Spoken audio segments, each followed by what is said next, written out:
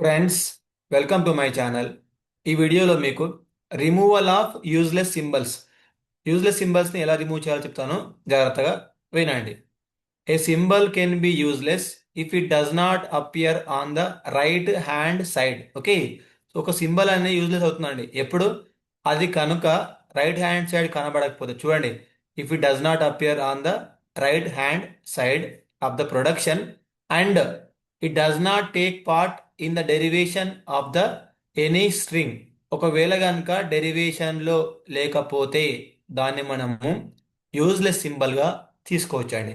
Okay, so 2 points అయితే మీరు గుర్తుపెట్టుకోవాలి. రైట్ హ్యాండ్ సైడ్ కనిపించకపోతే యూజ్లెస్ సింబల్ అనుకోవాలి, అట్లానే డెరివేషన్ రాకపోతే కూడా మనం దాన్ని యూజ్లెస్ సింబల్గా తీసుకోవాలండి.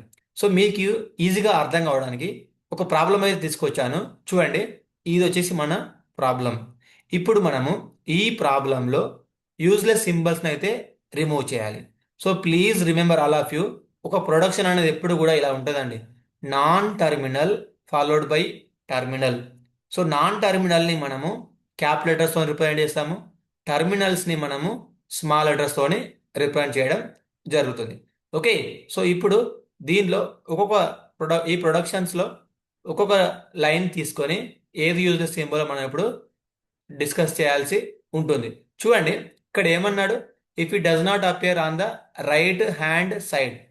ఒకసారి మనము ఫస్ట్ ఇది తీసుకుందాము. అది వచ్చేసి C tends to AD. So first one ఏంటండి, C tends to AD. So first నేను ఈ లాస్ట్ లైన్కి ఎందుకు వెళ్ళాలని ఇప్పుడు చెప్తాను. చూడండి, సి టెన్స్ టు ఏడి. యాక్చువల్గా ఇక్కడ ఏమన్నాడు, రైట్ హ్యాండ్ సైడ్ లేకపోతే if it does not appear on the right hand side.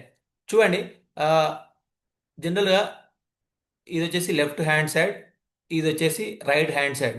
Right hand side అంటే after arrow mark. Right hand side ఎక్కడైనా సి ఉందా? చూడండి, ఈ లైన్లో, ఈ లైన్లో, ఈ లైన్లో ఎక్కడా కూడా లేదు. అందుకనే మనకి దీంతోటి పని లేదు. అందుకనే దీన్ని నేను ఏమంటున్నా అంటే ఇది వచ్చేసి useless symbol. Okay, so as per definition వాళ్ళే ఇచ్చారు, రైట్ హ్యాండ్ సైడ్ అపియర్ కాకపోతే దాన్ని మనము యూజ్లెస్ సింబల్గా పరిగణించవచ్చు. ఓకే, సో కాబట్టి సి టెన్స్ టు ఏడి అనేది ఇప్పుడు యూజ్లెస్ సింబల్ అన్నమాట. సో ఇప్పుడు ఒక్కొక్కటి లైన్గా తీసుకుంటూ వెళ్దాము. సో ఫస్ట్ ఇక్కడ తీసుకుందాము. సో ఫస్ట్ ఏంటండి, T tends to A A B. Okay, so T tends to A B అనేది యూజ్లెస్సా యూజ్ఫుల్ ఒకసారి మనము వెరిఫై చేయాల్సిన అవసరం అయితే ఉంది.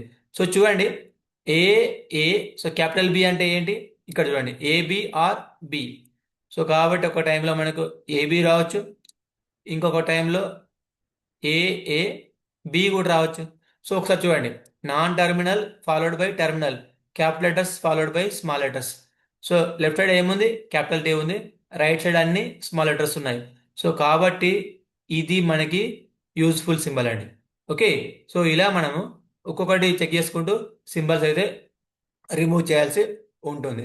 So T tends to AAB అయిపోయింది కదా. నెక్స్ట్ వన్ ఏంటి, tea tends to ABA.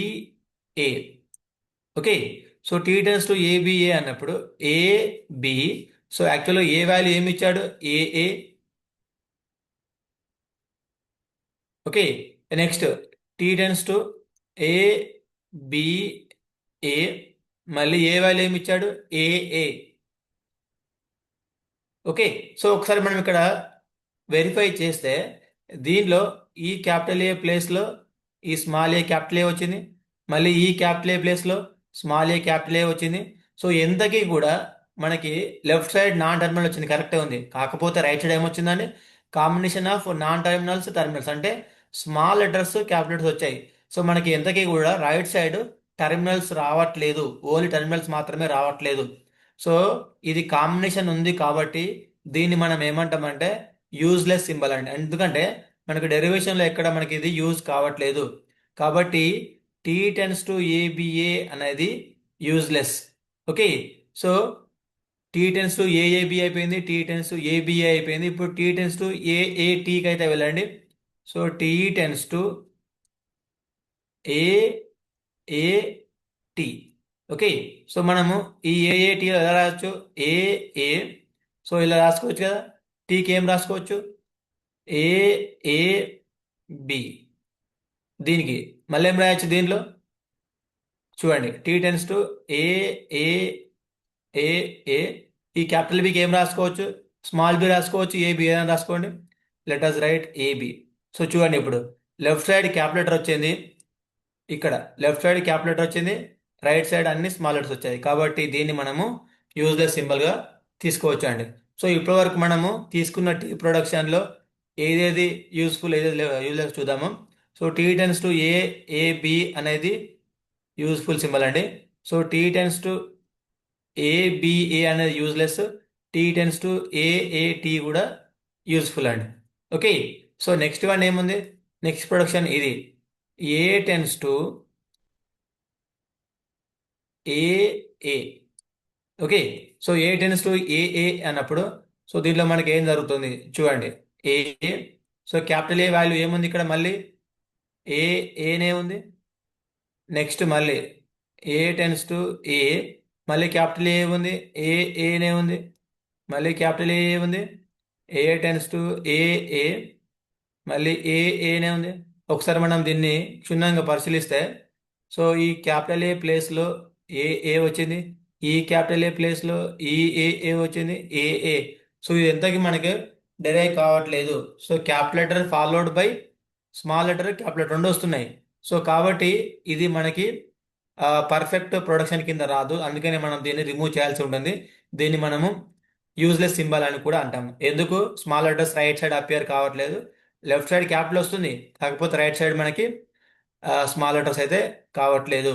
So కాబట్టి ఇది కూడా యూజ్లెస్ సింబల్ అండి. ఓకే, సో నెక్స్ట్ ప్రొడక్షన్స్ ఏమున్నాయి మనకు దీనిలో? So A tends to AA అయిపోయింది. Next B tends to A B, B ఉంది. సో ఇక్కడ ఇచ్చిన దాని ప్రకారం ఏముంది? లెఫ్ట్ సైడ్ నాన్ టర్మినల్ ఉంది, రైట్ సైడ్ టర్మినల్స్ ఉన్నాయి. అంటే లెఫ్ట్ సైడ్ క్యాపిటల్స్ ఉన్నాయి, రైట్ సైడ్ నాన్ టర్మినల్స్.